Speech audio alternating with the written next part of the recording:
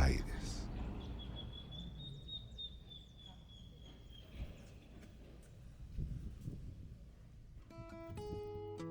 Me gusta pensar la ciudad de Buenos Aires o cualquier ciudad, como una visión lejana que aparece como una colmena de alguna especie que ha poblado ese lugar.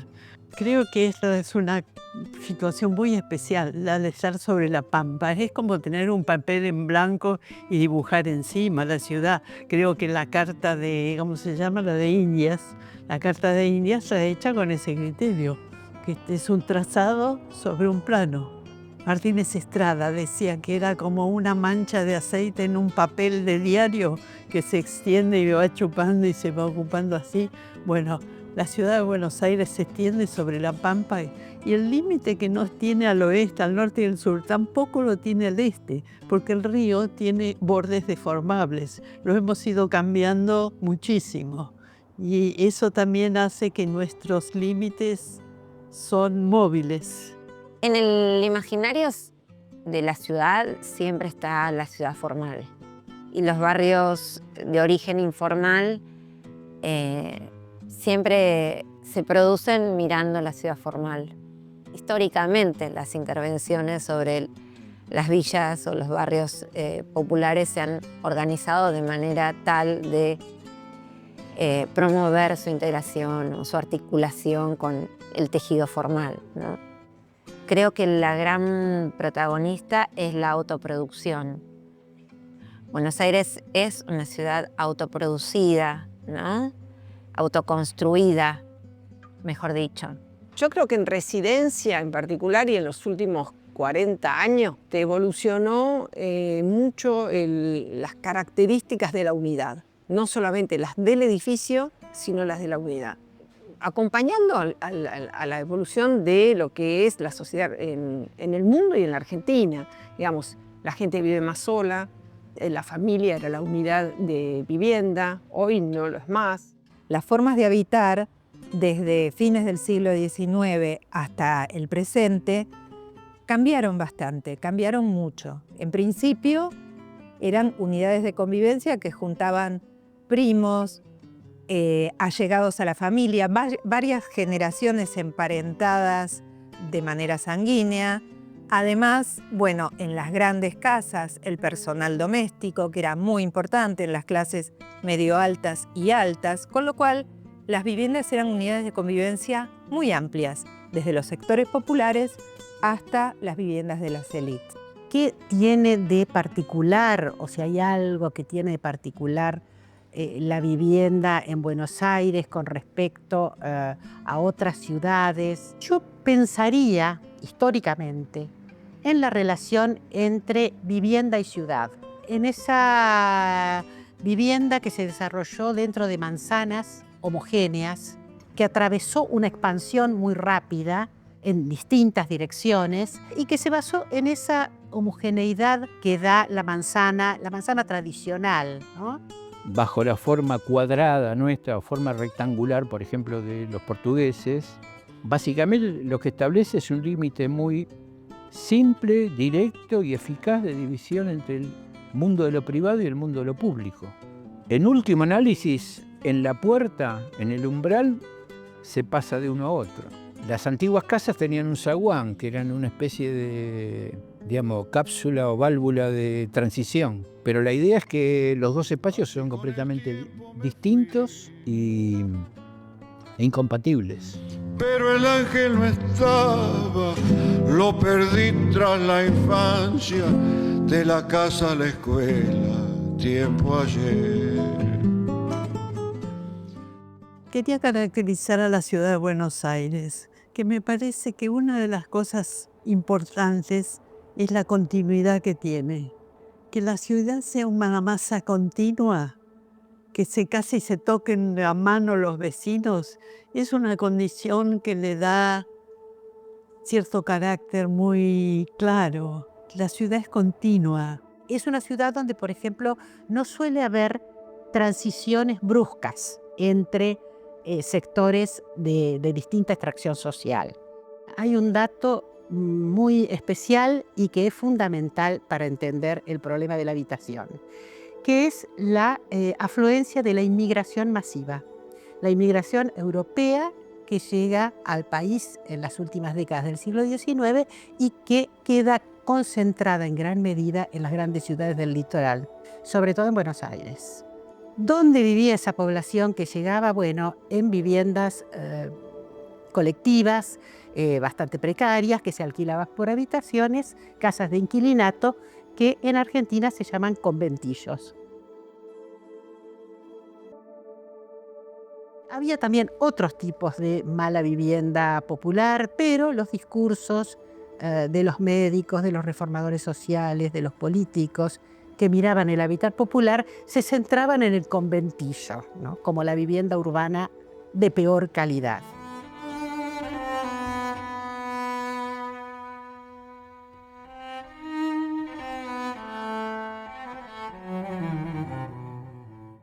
En la segunda mitad del siglo XIX, la renta de algunas familias se multiplica de un modo astronómico y empiezan a ser mucho más diferentes económicamente de lo que eran antes. Y empiezan a pensar en otro tipo de vivienda, y empiezan a pensar en los palacios.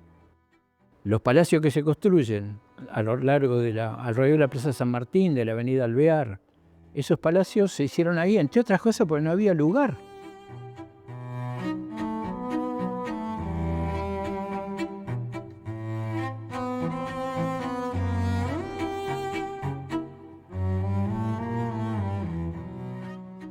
Cuando bajan las tarifas del transporte, sobre todo las tarifas del tranvía, posibilita que los sectores populares que se ubicaban en estas habitaciones colectivas o en estas viviendas colectivas del centro de la ciudad, se desplacen hacia la periferia.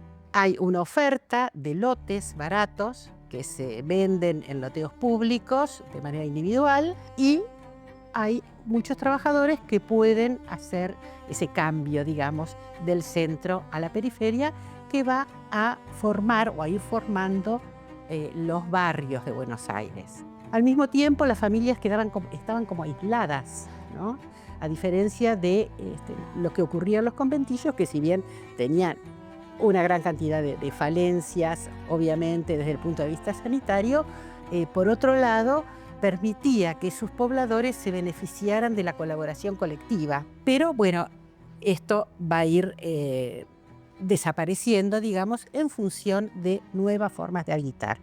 El proyecto fue aprobado y la nueva comisión emprendió la edificación de 161 casas para familias obreras. Así nació el barrio, posteriormente llamado Caferata, un rincón porteño de blancas viviendas estilo británico, alineadas en forma de círculo alrededor de un edificio central.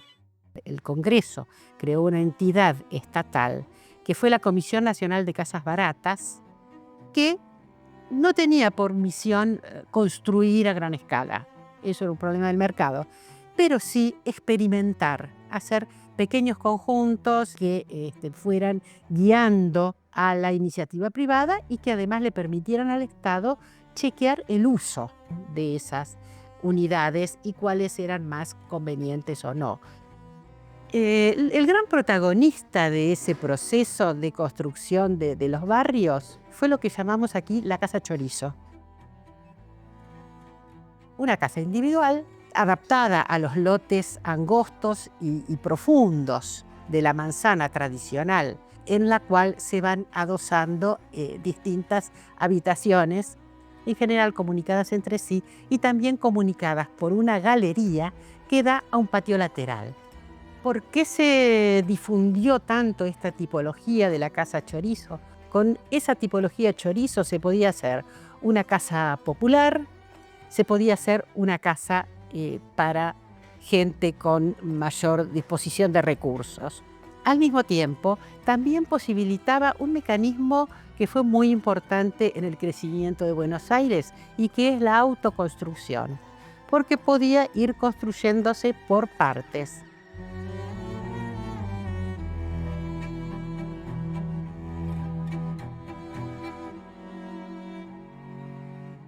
Esta casa además tenía otra ventaja, que daba la posibilidad de subalquilar. porque como las habitaciones tenían una relativa independencia, se podía alquilar por sectores. Esto era muy importante porque los datos de viviendas subalquiladas hasta al menos los años 1940 son altísimos.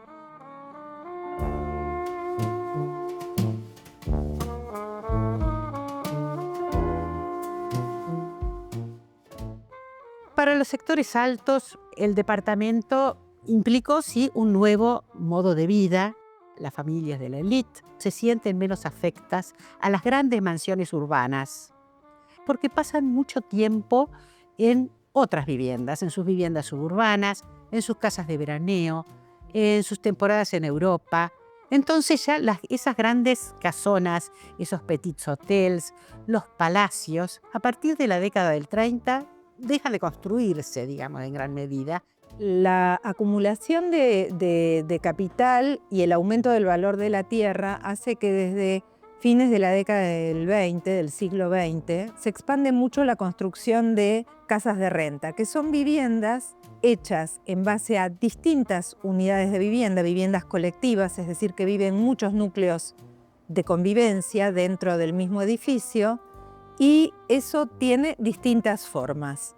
Puede ser la forma de lo que hoy conocemos como viviendas en PH, los departamentos de pasillo, los departamentos en pasaje, que son departamentos de pasillo, pero que tienen salida a una o dos calles y tienen fachadas sobre esa calle interna, y luego edificios en altura. Todas estas son distintas tipologías de casas para renta. Esas casas de departamentos que iban dirigidas sobre todo a sectores altos y a sectores medios, hablan de una búsqueda de modernidad en quien las habitaba. ¿Por qué? Porque no solo porque tenían formas modernas, porque tenían una decoración moderna, sino también porque incorporaban masivamente la tecnología. Tenían, ascensores, cocina eléctrica, baño completo, una serie de características que las hacían modernas. Y también solían tener, sobre todo las de los sectores altos, solían tener espacios comunes, por ejemplo, gimnasios, piletas de natación, terrazas verdes, toda una cantidad de novedades que las hacían atractivas para quienes querían alquilarlas. Porque hasta 1948 todos los edificios de vivienda colectiva eran edificios para alquilar. No existía la posibilidad de vivir en un departamento de tu propiedad, salvo que fueras dueño de todo el edificio. La posibilidad de subdividir la propiedad en la Argentina llega en 1948, en que el gobierno del peronismo sanciona la ley de propiedad horizontal. A partir de allí se pueden vender los departamentos individualmente.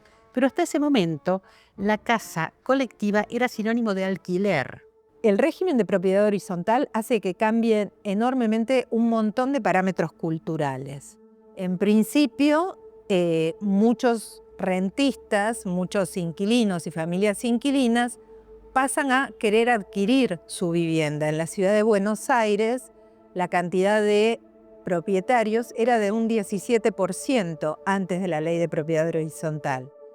Y en el censo de 1960, solo 12 años después de la vigencia de la ley, tenés más de un 60% de propietarios en las ciudades, que evidentemente esta ley produjo una ampliación de la oferta para satisfacer una demanda latente, que es la de la propiedad de las viviendas.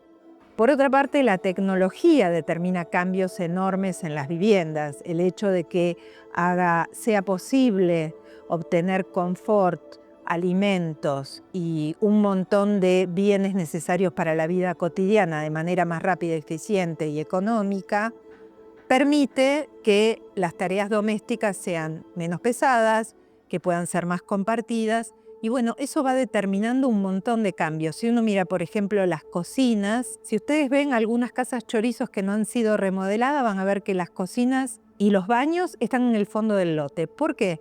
Bueno, porque todavía no estaban las redes de saneamiento, ni cloacales, No había refrigeradores en esas primeras casas, entonces la cocina era un lugar realmente muy poco higiénico. La tarea de cocinar estaba asignada a la madre de familia o al servicio doméstico. A partir de los 60, 70, con el cambio del rol de la mujer, la cocina pasa a ser un lugar donde las actividades se comparten, se integran al resto de la casa y pasa a ser un lugar placentero, donde incluso se reciben visitas, se comparte la tarea de cocinar, ya no es más un lugar de aislamiento, ¿no?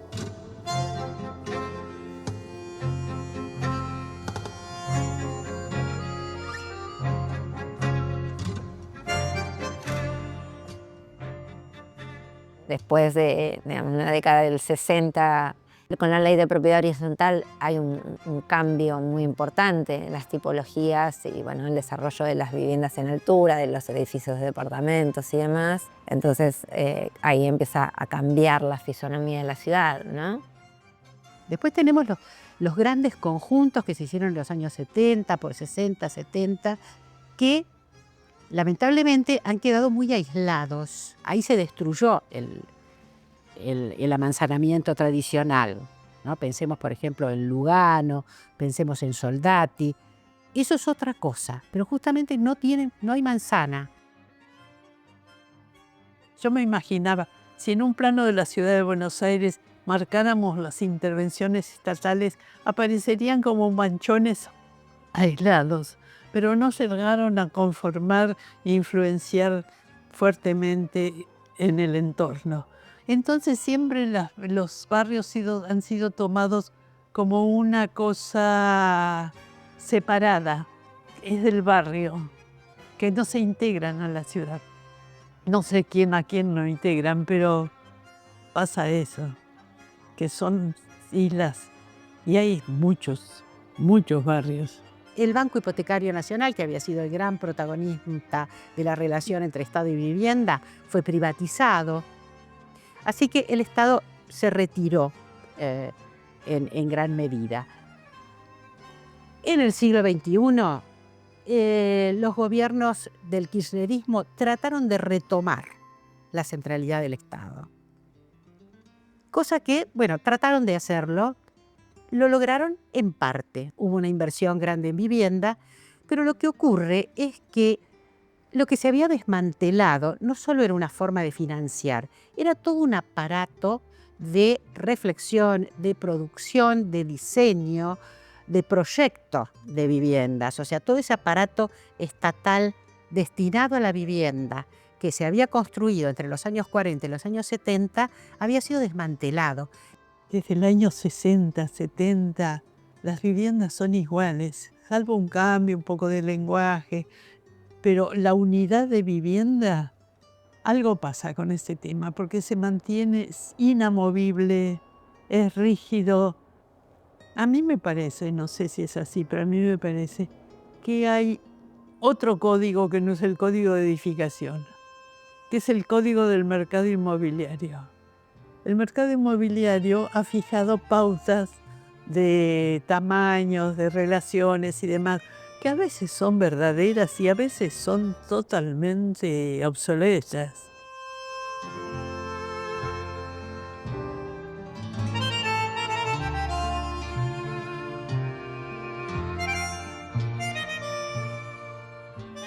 No hace muchos años más, no hace muchos años, yo digo, son 40, 50 años. No soy nada para mí. Aparecieron los edificios de perímetro libre, que en algunos casos parecieron ser beneficiosos porque era como echar aire en medio de la manzana, como perforar esa masa continua del rectángulo, del cuadrado de la manzana y meter aire adentro. El edificio propone ahora permanentemente, y cuanto más grandes son los emprendimientos, mayor es esa oferta, amenidades, amenities que se le dicen. Vos podés vivir en el edificio porque podés resolver absolutamente todo ahí. Las torres que tienen piscina de natación, salón de usos múltiples, salas de reuniones, etc. Pero ubicados dentro de esta misma manzana, lo que generó una situación terriblemente disruptiva en el tejido. propone una calidad de vida mucho mejor para el usuario, pero por otro lado rompe una idea de ciudad de la cual después ya no hay retroceso. Después hay otra aparición de los últimos 50 años, que es la refuncionalización de edificios. Y esto tiene una historia bastante linda porque primero da continuidad a la historia de la ciudad. Hay imágenes de la ciudad, de edificios. En general son edificios industriales y muy bien construidos. Es un trabajo, yo he hecho varios, es un trabajo muy interesante, pero ya te digo, estableces un diálogo con el proyectista original muy rico, que le da continuidad a la historia urbana, a los edificios que son emblemáticos, que son interesantes. Le da continuidad al paisaje de la ciudad. La gente tiene referencia de esos edificios y es bueno que lo tenga.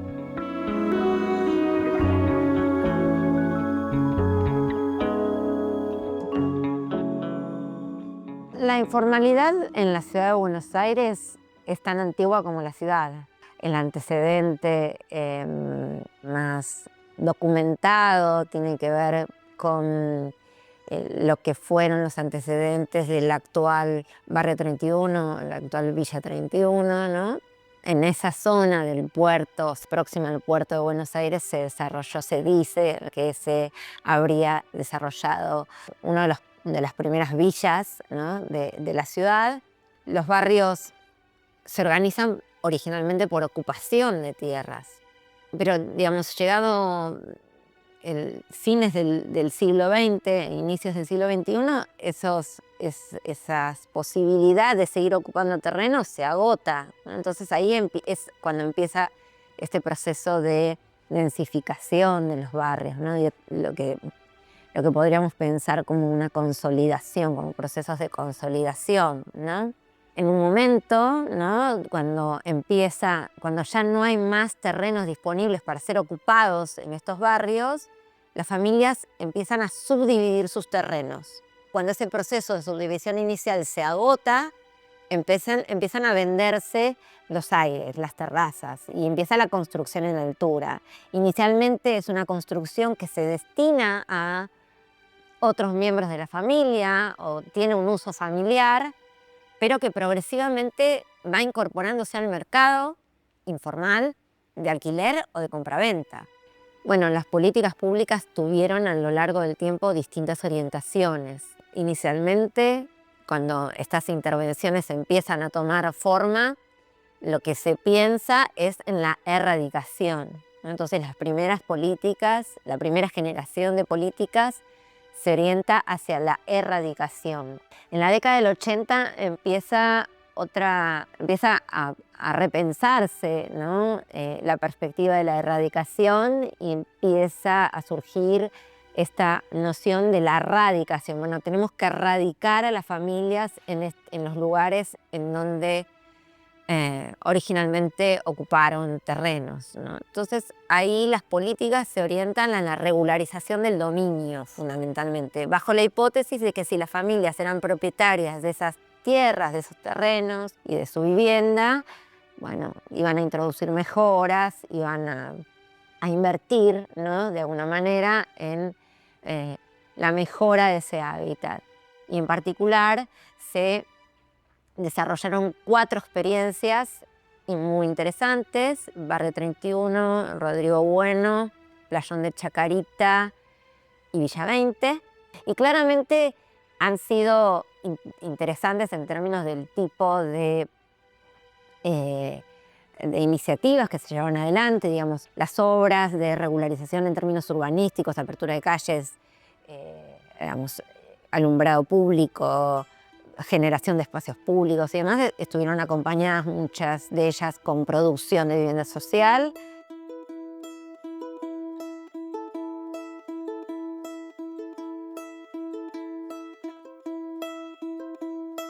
A mí me gusta esto de seguir pensando en la visión lejana, en la visión de la colmena, porque me parece que tengo que tener conciencia como arquitecto de que cuando hago una casita de 50 metros, estoy haciendo una célula de un conglomerado feroz. Pero eso tiene que ver muchísimo. Nosotros trabajamos mucho con el entorno y creo que eso es una cosa que hay que cuidar y mantener, porque en la relación vos siempre dialogás con otro edificio.